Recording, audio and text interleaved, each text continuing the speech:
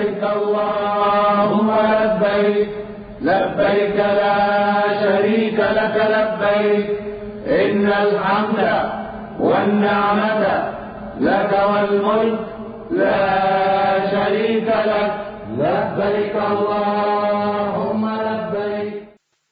السلام علیکم ورحمۃ اللہ وبرکاتہ. نحمده ونصلی علی رسوله الکریم. اما بعد فاعوذ باللہ من الشیطان الرجیم. بسم اللہ الرحمن الرحیم. رب اشرح لی صدری ویسر لی امری واحلل عقدۃ من لسانی یفقہوا قولی. ابن عباس سے روایت ہے کہ وہ عرفہ کے دن نبی صلی اللہ علیہ وسلم کے ساتھ واپس ہوئے. نبی صلی اللہ علیہ وسلم نے اپنے پیچھے بہت شور و غل اور اونٹوں کے مارنے کی آواز سنی تو آپ نے ان کی طرف اپنے کوڑے سے اشارہ کیا اور فرمایا لوگوں اطمینان اختیار کرو، اس لیے کہ اونٹوں کو دوڑانا کوئی نیکی نہیں ہے. یعنی اس وقت ریس لگا رہے ہو، اس میں کوئی نیکی کی بات نہیں ہے کہ کون پہلے پہنچتا ہے. ابن عباس رضی اللہ عنہ نے کہا میں نے دیکھا کہ اس کے بعد کوئی بھی سواری اپنے 2 پاؤں اٹھا کے نہیں دوڑ رہی تھی، یہاں تک کہ آپ مزدلفہ پہنچ گئے. اتنی جلدی سب نے بات مان لی. علی رضی اللہ عنہ سے روایت ہے کہ آپ نے اسامہ رضی اللہ عنہ کو اپنے پیچھے سوار کر لیا. پھر آپ اپنی اونٹنی پر درمیانی چال سے روانہ ہوئے. لوگ دائیں بائیں اونٹوں کو مار رہے تھے، آپ ان کی طرف متوجہ ہوتے تھے اور فرماتے تھے لوگوں سکون کے ساتھ، سکون کے ساتھ. راستے میں جہاں خالی جگہ ہو تیز چلنا، یعنی رش کی جگہ پر ذرا رفتار آہستہ کر لینا اور جب خالی جگہ ہو تو تھوڑا تیز قدم اٹھانا. ہشام بن عروہ اپنے والد سے روایت کرتے ہیں کہ میں اسامہ رضی اللہ عنہ کے پاس بیٹھا ہوا تھا. ان سے پوچھا گیا کہ رسول اللہ صلی اللہ علیہ وسلم عرفہ سے واپسی کے وقت حجۃ الوداع میں کس طرح چل رہے تھے. انہوں نے جواب دیا کہ آپ تیز چلتے تھے اور جب وسیع میدان پاتے تو زیادہ تیز چلتے. یعنی سکون اور وقار کا مطلب سست رفتاری نہیں. راستہ بھر تلبیہ، تکبیر اور تحلیل کہتے آئے. عبد الرحمن بن یزید سے مروی ہے عبداللہ رضی اللہ عنہ جس وقت مزدلفہ سے واپس ہوئے تو تلبیہ پڑھتے رہے. لوگ کہنے لگے کیا یہ دیہاتی آدمی ہے، بدو ہے؟ عبداللہ نے فرمایا کیا لوگ بھول گئے یا گمراہ ہو گئے؟ میں نے اس ذات سے سنا ہے جس پر سورۃ البقرہ نازل کی گئی. وہ اس جگہ فرما رہے تھے لبیک اللہم لبیک، یعنی میں ان کی پیروی میں لبیک پڑھ رہا ہوں اور تم لوگوں کے لیے یہ ایک اجنبی بات ہو گئی. ابن عباس کہتے ہیں کہ عرفات سے مزدلفہ تک اسامہ بن زید رسول اللہ صلی اللہ علیہ وسلم کی سواری کے پیچھے بیٹھے. انہوں نے بیان کیا کہ رسول اللہ صلی اللہ علیہ وسلم جمرہ عقبہ کی رمی تک برابر تلبیہ کہتے رہے. ٹھیک ہے، عرفات سے جو تلبیہ کہنا شروع کیا کب تک جاری رہا؟ 10 تاریخ کو جمرہ عقبہ کی رمی تک. تو اسامہ جو تھے وہ پیچھے بیٹھے ہوئے تھے ساتھ ہی اسی سواری پر. یہ مینشن کرنا کیوں ضروری تھا کہ وہ ساتھ بیٹھے ہوئے تھے؟ تاکہ کسی چیز کو کنفرم کرنا ہو تو ان سے کر لیں. وہ ہر چیز غور سے دیکھ رہے تھے، بالکل ہی ساتھ تھے. اشعث بن سلیم سے روایت ہے کہ میں عبداللہ بن عمر رضی اللہ عنہ کے ساتھ عرفات سے مزدلفہ کو آیا.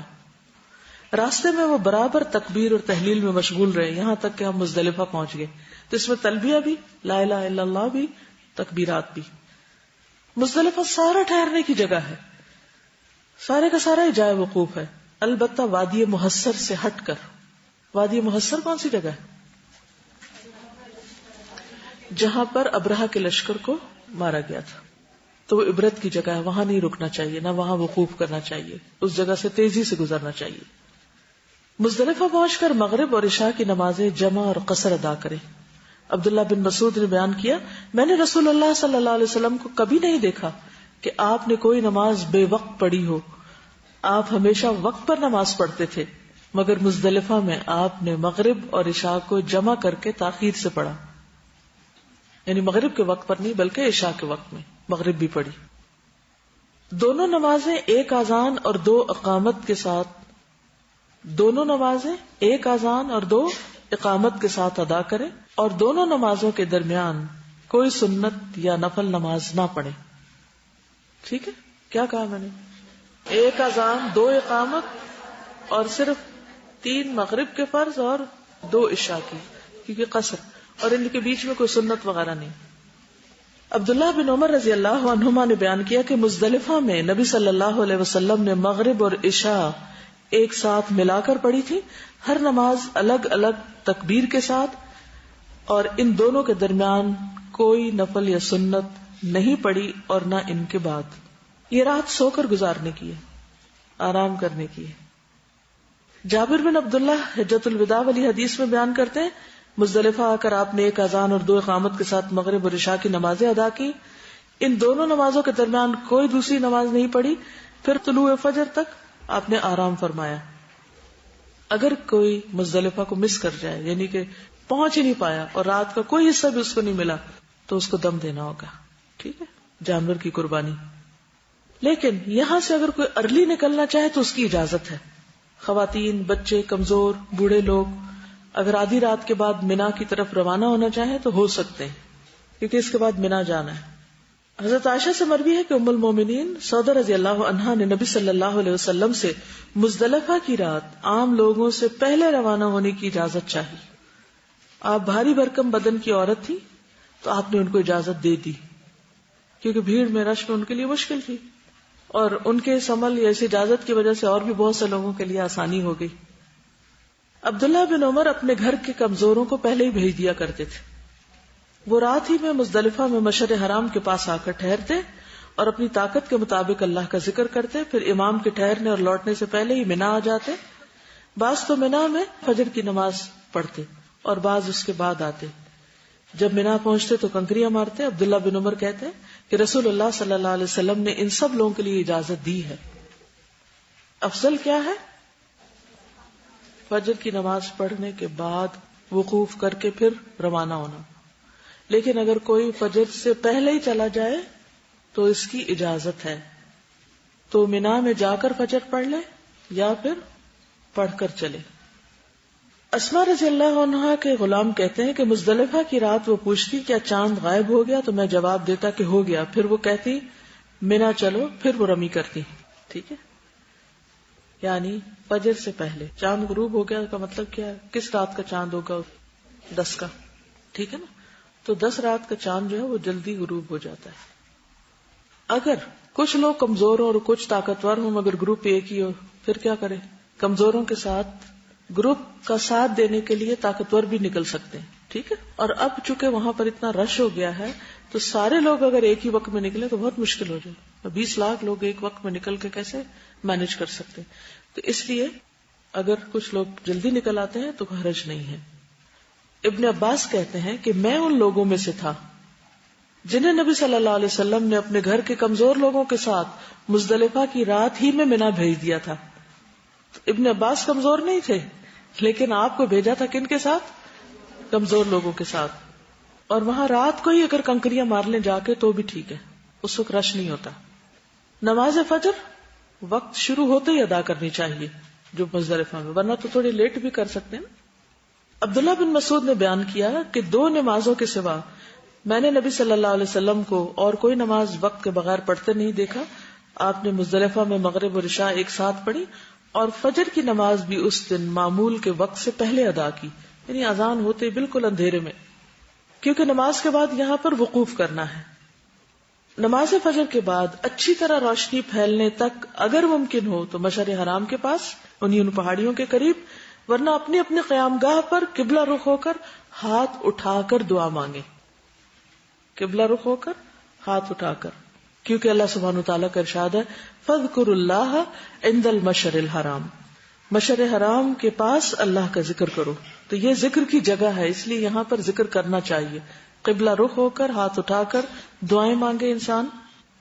جابر بیان کرتے ہیں کہ آپ قصوہ اونٹنی پر سوار ہو کر مشعر حرام تک آئے، پھر قبلے کی طرف رخ کر کے دعا، تکبیر، تحلیل، توحید میں مصروف رہے یہاں تک کہ صبح کی روشنی خوب پھیل گئی. تو آپ نے فضل بن عباس کو اپنے پیچھے سوار کیا اور طلوع آفتاب سے پہلے وہاں سے مینا کے لیے چل پڑے. عبداللہ بن عمر اپنے گھر کے کمزوروں کو پہلے ہی مینا بھیج دیتے تھے اور پھر وہ پہلے ہی کنکریاں وغیرہ مار لیتے. مینا سے رمی کے لیے چنے کے دانے کے برابر کنکریاں چننی چاہیے. کچھ لوگ مزدلفہ سے چننے لگتے ہیں، تو مسنون کیا ہے؟ مینا سے ہی چننا. جابر کہتے ہیں میں نے نبی صلی اللہ علیہ وسلم کو دیکھا، آپ نے چنے کے دانے کے مثل جمرہ کو کنکریاں ماری. ابن عباس سے مروی ہے کہ رسول اللہ صلی اللہ علیہ وسلم نے جمرہ عقبہ کی صبح کو مجھ سے فرمایا جبکہ آپ اونٹنی پر تھے کہ میرے لیے کنکریاں چن دو. میں نے آپ کے لیے 7 کنکریاں چن دی جو انگلیوں میں پکڑ کر پھینکنے کے قابل تھیں. فضل بن عباس سے مروی ہے کہ عرفہ کی رات گزارنے کے بعد جب صبح کے وقت ہم نے وادی مزدلفہ کو چھوڑا تو نبی صلی اللہ علیہ وسلم نے لوگوں سے فرمایا اطمینان اور سکون اختیار کرو. مزدلفہ سے اٹھے منا جا رہے ہیں, اب پھر آپ فرما رہے ہیں سکون اور اطمینان. اس وقت آپ اپنی سواری کو تیز چلنے سے روک رہے تھے, یہاں تک کہ وادی محصر سے اتر کر جب منا میں داخل ہوئے تو فرمایا چنے کے دانے کی مثل کنکریاں لے لو تاکہ رمی جمرات کی جا سکے. اور نبی صلی اللہ علیہ وسلم اپنے ہاتھ سے اس طرح اشارہ کرنے لگے جس طرح انسان کنکری پھینکتے وقت کرتا ہے, یعنی کنکری پھینکنے کے اشارے کے ساتھ بات فرمائی. اب آپ دیکھیے کہ یہاں منا اور مزدلفہ کے قریب ہے وادی محصر جہاں کنکریاں پھینکی گئی تھی. کس پر؟ ابرہہ کے لشکر پر.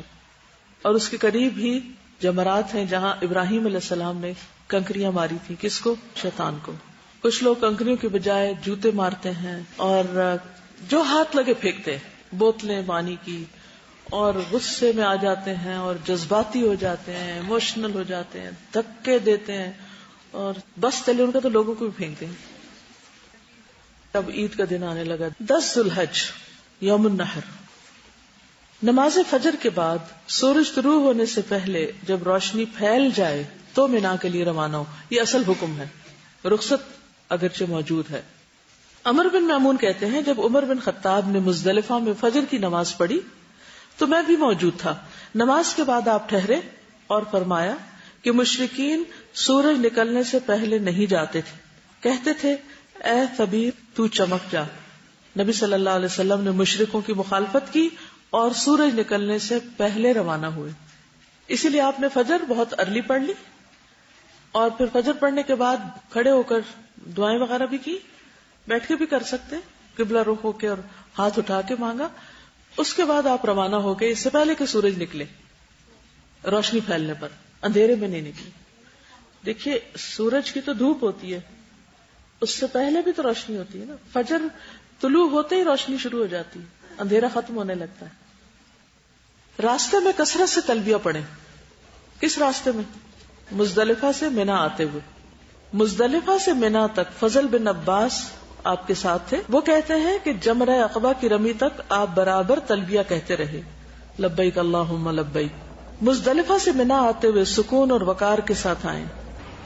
جابر کہتے ہیں کہ آپ وادی محصر میں جب پہنچے تو آپ نے اونٹنی کو تیز چلایا اور اس درمیانی راستے سے چلنا شروع کیا جو جمرہ کبریٰ کی طرف نکلتا ہے, بڑے شیطان کی طرف. ابن عباس کہتے ہیں کہ نبی صلی اللہ علیہ وسلم نے فرمایا وادی محصر میں نہ روکو, یعنی وہاں سے بس گزر ہی جاؤ. منا پہنچ کر سب سے پہلے جمرہ عقبہ کی رمی کریں. عقبہ تھا سب سے پیچھے والا. انس بن مالک سے روایت ہے کہ رسول اللہ صلی اللہ علیہ وسلم منا تشریف لائے تو پہلے جمرہ عقبہ پر آئے اور اسے کنکریاں ماری. رمی کی ابتدا, اب یہ 10 تاریخ ہے عید کا دن اور اس میں صبح صبح رمی ہو رہی ہے. رمی کہتے ہیں کنکریاں مارنا. حضرت ابراہیم علیہ السلام جب اسماعیل علیہ السلام کو ذبح کرنے کے لیے آئے تو کیا ہوا تھا؟ شیطان ان کے پاس آیا تو انہوں نے کیا کیا, اس کو 7 کنکریاں ماری تو وہ کہاں چلا گیا؟ زمین میں. پھر اس کے بعد جب آگے گئے تو آپ نے وہ جگہ چھوڑ دی, آگے گئے دوبارہ ایسے ہوئے, 3 جگہ پر ایسے ہوئے. ٹھیک ہے. ابن عباس کہتے ہیں تم شیطان کو کنکریاں مارتے ہو اور اپنے والد ابراہیم کی پیروی کرتے ہو. انہوں نے کہا تھا نا ارنا مناسکنا, تو یہ بھی منسک ہے. اس کا فائدہ کیا ہے؟ فضیلت کیا ہے؟ جیسے طواف کی فضیلت ہے, سعی کی فضیلت ہے, وقوف عرفات کی فضیلت ہے, رمی کی کیا فضیلت ہے؟ گناہ جھڑتے ہیں.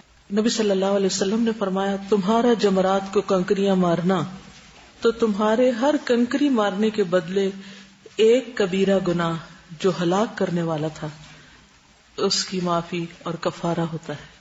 تو بہرحال اگر انسان کو رمی کرتے وقت یہ پتا ہو کہ اس کا اجر کتنا ہے, ایک پتھر مارنے سے ایک کبیرہ گناہ جو ہلاک کرنے والا تھا اس کی تلافی یا اس کا ازالہ ہوتا ہے, تو انسان اور بھی شوق سے مارے. کیونکہ بہت سے لوگوں کو دیکھا گیا وہ رش سے گھبرا کر جاتے ہی نہیں ہیں وہاں اور دوسروں کو دے دیتے ہیں کہ تم جا کے مار دو ہمارے سے. اور بہت سی خواتین اچھی بلی صحت مند تندرست ہونے کے باوجود یہ کہہ کے کہ عورتوں کی ضرورت نہیں ہے جانے کی تو چلے کوئی بھی مار دے, تو یہ ٹھیک نہیں. حد البسا کوشش کریں کہ خود اپنے ہاتھ سے مارے, اور اگر یہ اجر پتا ہوگا تو لازمی طور پر انسان ہاتھ سے مارے. نبی صلی اللہ علیہ وسلم نے فرمایا جب تم کنکریاں مارو گے تو یہ تمہارے لیے قیامت کے دن نور ہوں گی. یہ پیبل ایک طرح سے لائٹ بلبز ہو جائیں گے. نبی صلی اللہ علیہ وسلم نے فرمایا تمہارا کنکریاں مارنا تو تم میں سے کوئی نہیں جانتا کہ اسے کیا ملے گا یہاں تک کہ اللہ اسے پورا پورا صلہ دے گا. یعنی تو ظاہری اجر ہے لیکن اصل اجر تو اللہ کے پاس ہے. لیکن کنکریاں مارنے سے پہلے تلبیہ بند کر دینا چاہیے. جمرہ عقبہ کو 7 کنکریاں الگ الگ مارے. جابر رضی اللہ عنہ بیان کرتے ہیں کہ آپ جمرہ کے پاس آئے جو کہ درخت کے پاس ہے. اس دور میں وہاں درخت اب نہیں ہے, آپ وہاں ڈھونڈنا شروع کر دیں. آپ نے اس کو 7 کنکریاں ماری جیسے کہ انگلیوں پہ رکھ کے ماری جاتی. صحیح مسلم کی روایت ہے. عبداللہ بن مسعود کہتے ہیں کہ جمرہ عقبہ کی رمی آپ نے کی. اس وقت وہ وادی کے بیچ میں ہو گئے اور درخت کے برابر ہوئے. پھر اس کے سامنے ہو کر 7 کنکریوں سے رمی کی. ہر کنکری کے ساتھ اللہ اکبر کہتے جا رہے تھے. ٹھیک ہے, تو اللہ اکبر کہہ کے کنکری مارے. کنکریاں مارتے وقت دوسروں کو دھکے مت دیں. ام سلیمان سے مروی ہے میں نے 10 ذی الحج کے دن نبی صلی اللہ علیہ وسلم کو بطن وادی سے جمرہ عقبہ کو کنکریاں مارتے ہوئے دیکھا. اس وقت آپ فرما رہے تھے اے لوگو ایک دوسرے کو قتل نہ کرنا, ایک دوسرے کو تکلیف نہ پہنچانا, اور جب جمرات کی رمی کرو تو اس کے لیے مٹر کے دانے کی طرح کنکریاں استعمال کرو. بڑے بڑے پتھر نہیں اٹھا لے جاؤ, کیونکہ بعض اوقات پیچھے والے جب مار رہے ہوتے ہیں تو وہ ان کو لگنے کی بجائے جو آگے سے مار رہے تھے ان کے سر پہ لگتی ہیں آگے. کنکریاں مارتے وقت غلوب نہیں کرنا چاہیے. غلوب کیا ہوتا ہے؟ زیادتی, ایکسس. ابن عباس کہتے ہیں میں نے آپ کے لیے 7 کنکریاں چنی. کس کے لیے؟ نبی صلی اللہ علیہ وسلم کے لیے. آپ ان کو اپنے ہاتھ میں لے کر حرکت دینے لگے اور فرمایا ان جیسی کنکریاں مارو. پھر آپ نے فرمایا لوگوں تم دین میں غلوب یعنی حد سے بڑھنے سے بچو, کیونکہ تم سے پہلے لوگوں کو دین میں غلوب نہیں ہلاک کیا تھا. یعنی مٹر کے دانے برابر کنکری کافی ہے. کنکریاں مارنے کے بعد دعا کے لیے یہاں نہیں رکنا. نبی صلی اللہ علیہ وسلم جب جمرہ عقبہ کے پاس آتے تو 7 کنکریوں سے رمی کرتے. ہر کنکری کے ساتھ اللہ اکبر کہتے, اس کے بعد واپس ہو جاتے. یہاں آپ دعا کے لیے نہیں ٹھہرتے تھے. صرف بزرگ, بوڑھے, بیمار, خواتین ایسی جو نہ جا سکتی ہوں وہ اپنے لیے کسی کو وکیل مقرر کر سکتے ہیں. جمرہ عقبہ کی رمی کا افضل وقت چاشت کا وقت ہے, یعنی جب دھوپ چمک چکی ہو. البتہ عذر یا رش کی وجہ سے گنجائش ہے کہ 11 ذی الحجہ کی طلوع فجر تک کنکریاں مار لیں. سارے دن میں کسی وقت مار لیں. 11 ذی الحجہ کے طلوع فجر تک کنکریاں مار لیں. انس بن مالک بیان کرتے کہ رسول اللہ صلی اللہ علیہ وسلم نے قربانی والے دن چاشت کے وقت یعنی 10 ذی الحجہ کو چاشت کے وقت جمرہ عقبہ کو کنکریاں ماری, اور بعد کے دنوں میں سورج ڈھلنے کے بعد کنکریاں ماری. بعد کے کون سے دن؟ 11 اور 12 کو. 13 تک بھی رک سکتے ہیں. تو ان دنوں میں ظہر کے بعد کنکریاں ماری جاتی ہیں, لیکن پہلے دن جو عید کا دن ہوتا ہے جس دن قربانی بھی ہوتی ہے اس دن ظہر سے پہلے کنکریاں ماری جاتی ہیں. لیکن اگر کوئی مجبوری ہو تو بعد میں بھی ماری جا سکتی ہیں. ابن عباس نے بیان کیا کہ نبی صلی اللہ علیہ وسلم سے ایک آدمی نے مسئلہ پوچھا کہ شام ہونے کے بعد میں نے رمی کی, نہیں پتا ہوگا اس کو. آپ نے فرمایا کوئی حرج نہیں. یہ صحیح بخاری کی روایت ہے. اس کے بعد قربانی آتی, یہ 10 تاریخ ہے, یوم النحر اس کو بولتے ہیں. جمرہ عقبہ کی رمی کے بعد قربانی کریں, کیونکہ نبی صلی اللہ علیہ وسلم نے ایسا ہی کیا. نبی صلی اللہ علیہ وسلم فرمایا تمہارا قربانی کرنا تو یہ تمہارے لیے تمہارے رب کے پاس ذخیرہ ہو جاتی ہے. 10 ذی الحجہ کی صبح سے لے کر 13 ذی الحجہ کے غروب آفتاب تک قربانی کر سکتے ہیں. نبی صلی اللہ علیہ وسلم نے فرمایا تمام ایام تشریق ذبح کے ایام ہیں. منا یا مکہ میں کسی بھی جگہ پر حج کی قربانی کر سکتے ہیں. کہاں کہاں؟ منا یا مکہ. نبی صلی اللہ علیہ وسلم نے فرمایا منا کی تمام جگہ قربان گاہ, یہ سارا میدان قربانی کا ہے. استطاعت کے مطابق 1 سے زیادہ جانور قربان کر سکتے ہیں. نبی صلی اللہ علیہ وسلم نے اس موقع پر کتنے اونٹ ذبح کیے؟ 100. ہم ایک پر بھی خوش ہو جاتے ہیں. 100 اونٹ, ان میں سے 63 آپ نے اپنے ہاتھ سے کیے اور باقی حضرت علی نے کیے. اور صرف اونٹ نہیں تھے, گائے بھی ذبح کی تھی آپ. ہم یہی پوچھتے رہ جاتے ہیں یہ واجب ہے, یہ مستحب ہے, یہ فرض ہے, یا ہاں ایک سب کی طرف سے ہو جائے گی یا سب کو الگ الگ کرنی ہوگی, یا پھر کس کو کرنی چاہیے کس کو نہیں. میں ہمیشہ یہ کہتی ہوں کہ نبی صلی اللہ علیہ وسلم کے پاس کتنا مال و دولت تھا, بہت زیادہ. آپ پر زکوٰۃ فرض تھی, آپ کے پاس جو آتا تھا چلا جاتا تھا. تو اس کا کوئی تعلق اس سے نہیں کہ آپ صاحب نصاب ہوں کہ آپ کے پاس اتنا گولڈ ہو تو پھر آپ کو قربانی دینی ہے، ادروائز نہیں. یہ تو محبت کی بات ہے، قرب حاصل کرنے کی بات ہے. تو جب آپ کسی کا قرب حاصل کرنے لگتے ہیں تو اس قسم کے سوال کرتے ہیں. انسانوں کے قرب کے لیے بھی ہم ایسے سوال نہیں کرتے.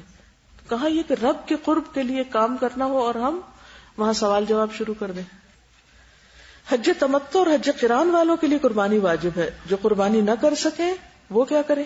وہ 3 روزے ایام حج میں رکھیں اور 7 گھر آ کے رکھیں.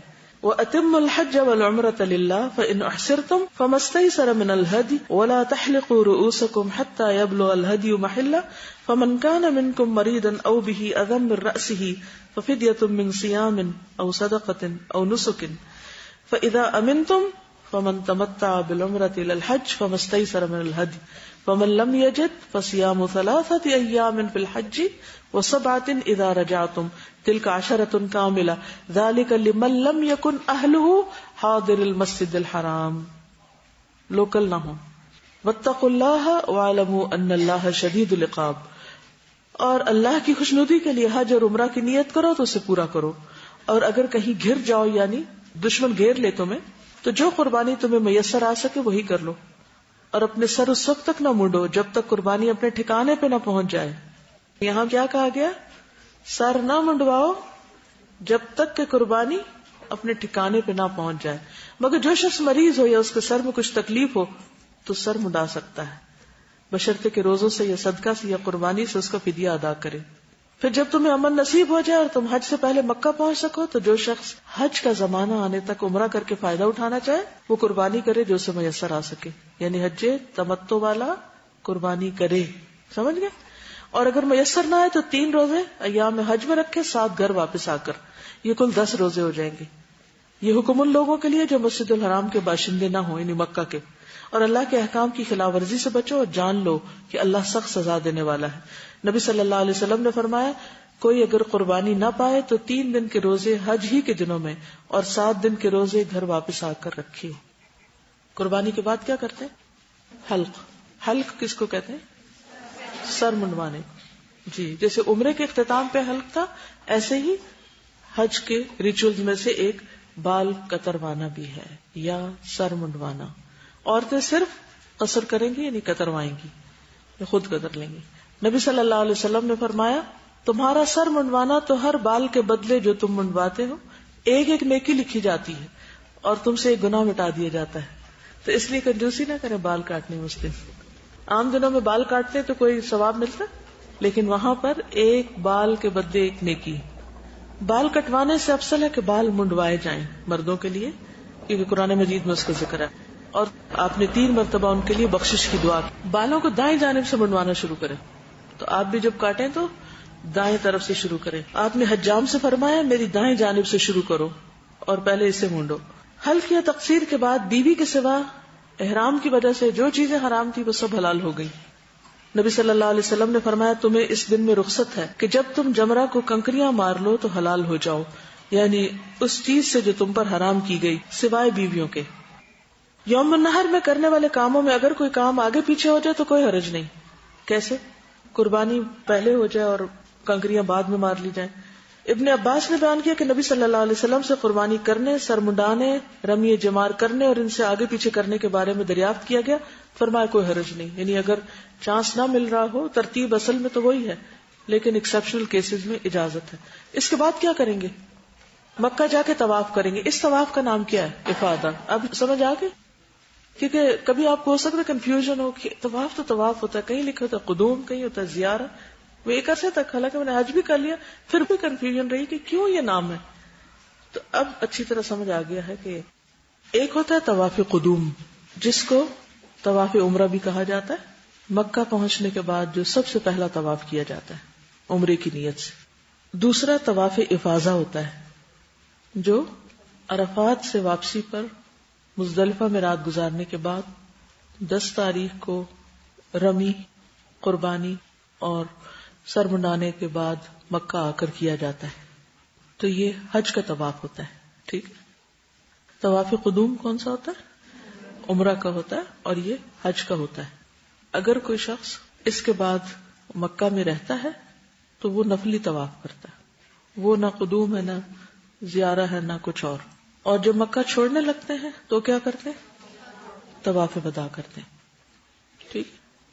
حج تمتع کرنے والے 3 طواف کرتے ہیں، ایک آتے وقت عمرے کے وقت، پھر حج کے بعد یعنی عرفات سے واپسی پہ، اور تیسرا وداع مکہ سے رخصت ہوتے وقت.